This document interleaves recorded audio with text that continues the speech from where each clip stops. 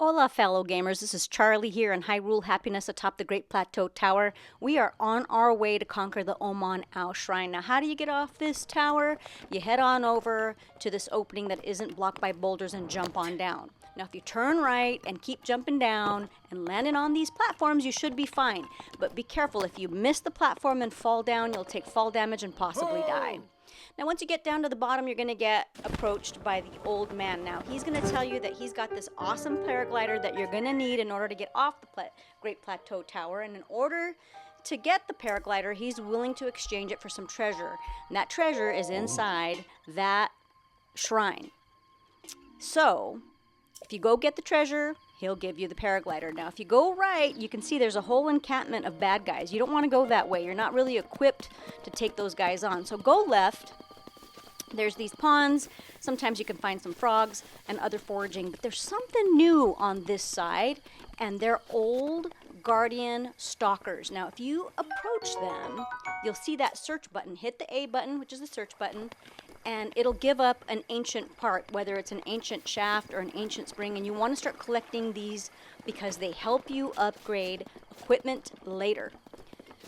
Now come on up, take a look around, forage all you like, but when you're ready, head on over to the Oman Au Shrine and interact with the pedestal. It's going to do a couple things. It's going to open up a fast travel point, that blue disc there, and we'll get to that in just a second.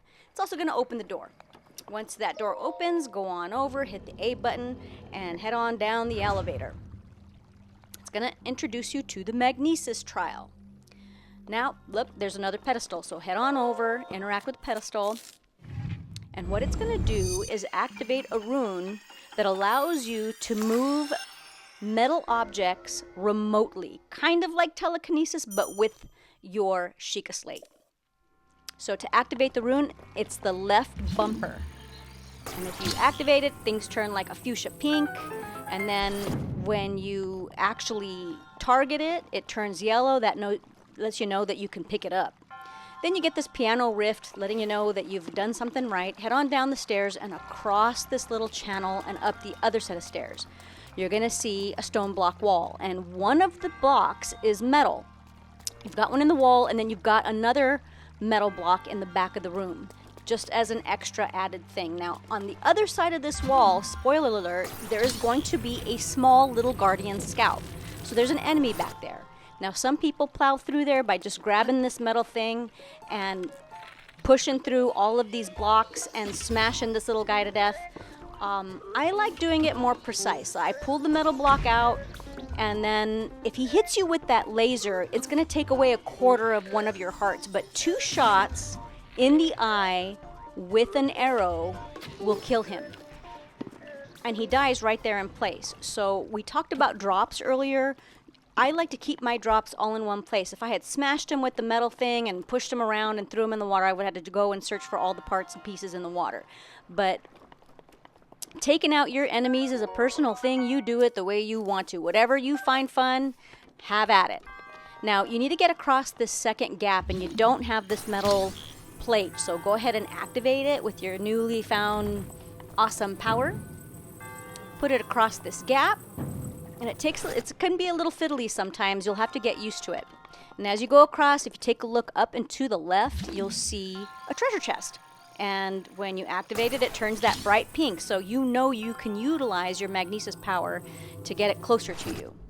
So it turns bright yellow, grab it, bring it to you. And inside, voila, you have a better bow than those Boko bowls that we got earlier if you watched my previous videos. Now, hey, look at that. These doors are metal. Go ahead and use your awesome Magnesis power. And behind that, you've got a monk that's been waiting for you for 100 years. And well, he kind of looks like he's been waiting for 100 years. At this point, the game kind of takes over because it's a little bit of a cutscene. But he says, hey, you are an awesome dude. I've been waiting for you. And now you get your very first spirit orb.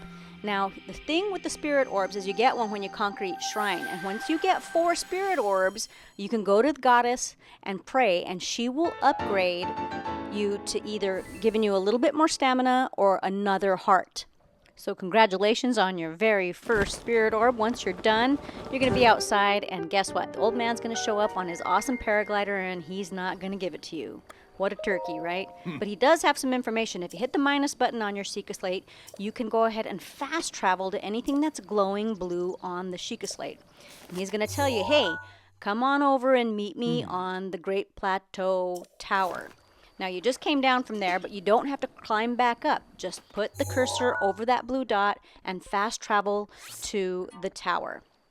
He's going to give you a lot more information on how to utilize your Sheikah Slate, and that is it. That's it for this segment, folks. Thank you for watching. This is Charlie and Hyrule signing off. Next up, we're going to be going to the Jabaij.